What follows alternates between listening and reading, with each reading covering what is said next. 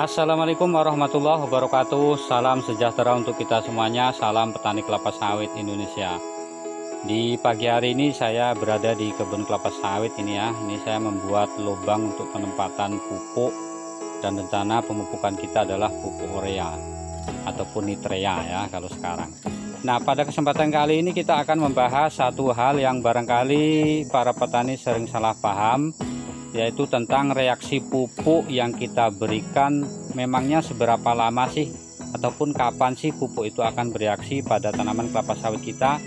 Karena seringkali kita mendengar para petani kelapa sawit itu bilangnya seperti ini, tengok kebun kelapa sawit saya, 2 bulan yang lalu saya pupuk dengan pupuk yang banyak. Nah, hari ini tengoklah buahnya sudah bermunculan, buahnya besar-besar dan lain sebagainya. Apakah pernyataan seperti ini benar? Ayo sama-sama kita simak pada video berikut ini. Baiklah sahabat petani kelapa sawit dimanapun berada, langsung saja kita akan membahas kapan sih reaksi pupuk itu, atau seberapa lama sih pupuk yang kita berikan itu dapat dinikmati oleh tanaman kelapa sawit kita. Nah, ini adalah salah satu contoh tanaman kelapa sawit yang sudah mengeluarkan buahnya seperti ini. Nah, sebelum kita membahas lebih jauh, perlu kita pahami bahwa reaksi pupuk yang kita berikan kepada tanaman kita itu akan berbeda-beda.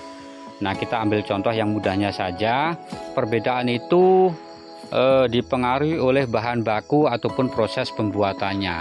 Nah, contoh yang mudah saja, kalau kita bicara masalah pupuk dolomit dengan pupuk kisrit, meskipun keduanya itu sama-sama mengandung unsur magnesium, di mana pupuk dolomit itu dia diambil dari batuan alam, kemudian dibawa ke pabrik, digiling, setelah digiling kemudian diayak sesuai dengan tingkat kehalusan yang dipersyaratkan. Setelah diayak dimasukkan ke dalam karung, lalu dijual tanpa melalui proses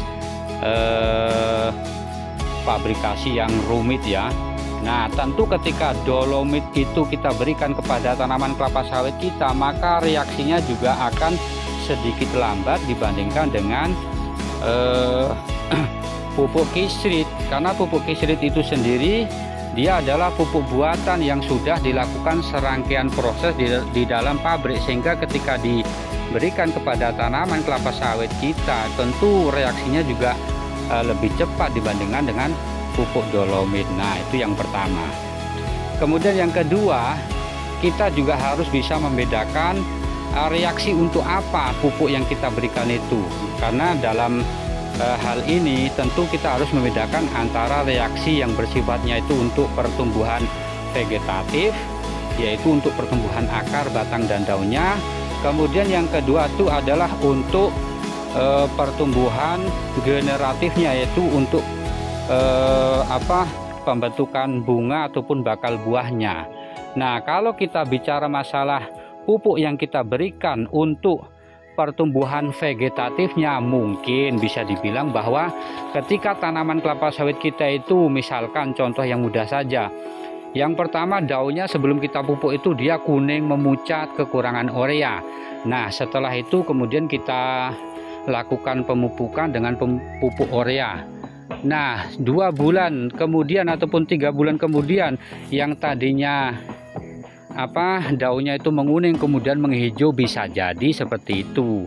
Nah, itu namanya adalah untuk pertumbuhan vegetatifnya. Tapi kalau kita bicara masalah pertumbuhan generatifnya, maka jangan salah paham, karena buah yang muncul hari ini, tengok seperti ini ya.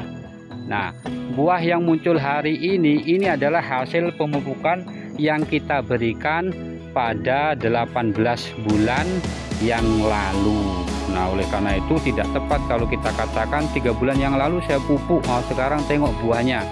Nah, karena kalau bicara masalah untuk reaksi generatif tanaman, tentu pupuk yang kita berikan itu kan nggak mungkin secepat itu kemudian dia akan membentuk sebuah buah kelapa sawit. Karena setelah kita taburkan pupuk ke dalam tanah, maka dia harus menunggu dulu dia terlarut. Setelah terlarut kemudian tersedia, setelah tersedia baru bisa diserap oleh akar tanaman. Nah, berapa lama jarak kemudian kalau kita pupuk dari sini kemudian dia terlarut dulu, kemudian tersedia baru diserap. Nah, berapa lama dia akar itu akan mentransfer ke dalam jaringan tanaman. Setelah itu dengan proses yang panjang dia akan membentuk sebuah buah. Tentu tidak cukup hanya membutuhkan waktu yang singkat, artinya dibilang 3 bulan itu nggak masuk akal ya.